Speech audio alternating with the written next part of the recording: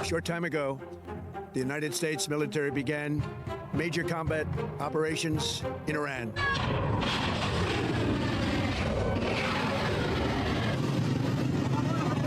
ইরানের ক্ষমতার কেন্দ্রবিন্দুতে সরাসরি আঘাত হানা হয়েছে।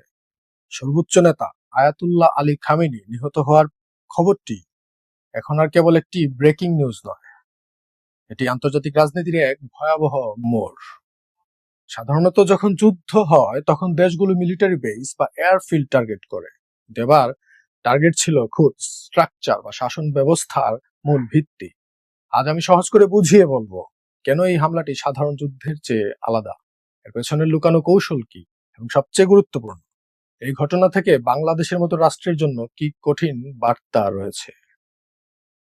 দীর্ঘদিন ধরেই মার্কিন প্রেসিডেন্ট ডোনাল্ড ট্রাম্প এবং ইসরায়েলি নেতারা প্রকাশ্যে বলছিলেন ইরানের বর্তমান নেতৃত্বকে সরিয়ে দেওয়া হবে। প্রশ্ন হচ্ছে, কেন সরাসরি একজন নেতাকে টার্গেট করা হলো? কারণটি হলো রাষ্ট্রের ধরন। একটি গণতান্ত্রিক দেশে ক্ষমতার উৎস জনগণ।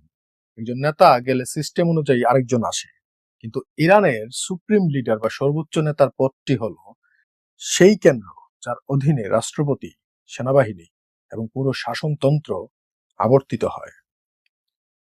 এই কেন্দ্রটি ভেঙে দিতে পারলে পুরো রাষ্ট্র ব্যবস্থা তাসের ঘরের মতো ধসে পড়ার ঝুঁকি তৈরি হয়। এটাই ছিল যুক্তরাষ্ট্র ও ইসরায়েলের মূল কৌশল।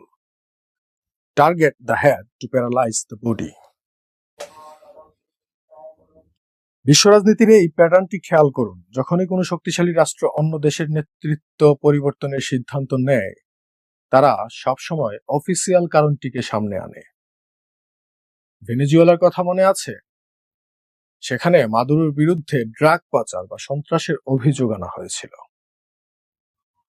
কিন্তু ভেতরে লুকিয়ে ছিল জ্বালানি তেল আর ভূ রাজনৈতিক নিয়ন্ত্রণের ক্ষুধা। আজকের বাস্তবতা হলো আন্তর্জাতিক ব্যবস্থায় শক্তিই শেষ কথা বলে।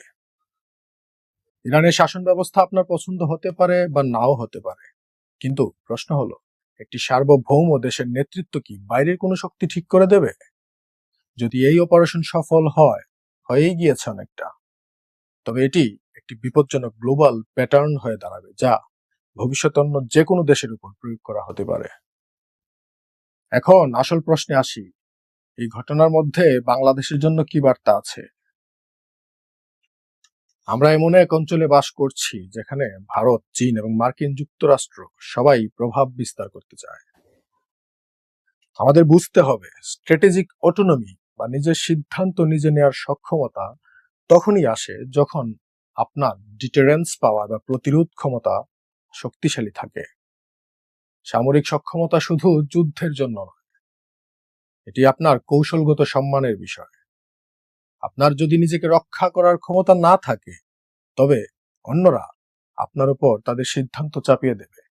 এটি জিওপলিটিক্সের সবচেয়ে নিষ্ঠুর নিয়ম।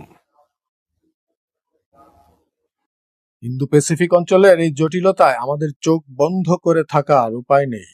আধুনিক যুদ্ধ এখন আর কেবল সীমান্তে সীমাবদ্ধ নেই, এটি এখন ইনফরমেশন ওয়ার, নেটওয়ার্ক ওয়ার এবং ইনফ্লুয়েন্স ওয়ার।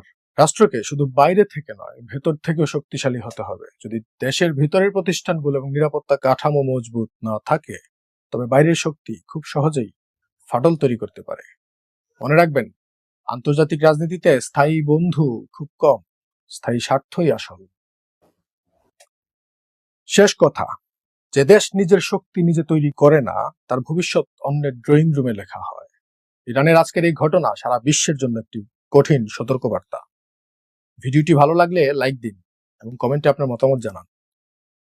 আপনি কি মনে করেন এই ধরনের অপারেশন বিশ্বকে আরো অস্থির করে তুলবে? ভিডিওটি শেয়ার করে অন্যদের দেখার সুযোগ করে দিন। আর রাজনীতি ও ভূ রাজনীতির এমন গভীর বিশ্লেষণের জন্য পাওয়ার পলিটিক্স টিভি সাবস্ক্রাইব করে আমাদের সাথেই থাকুন। ধন্যবাদ।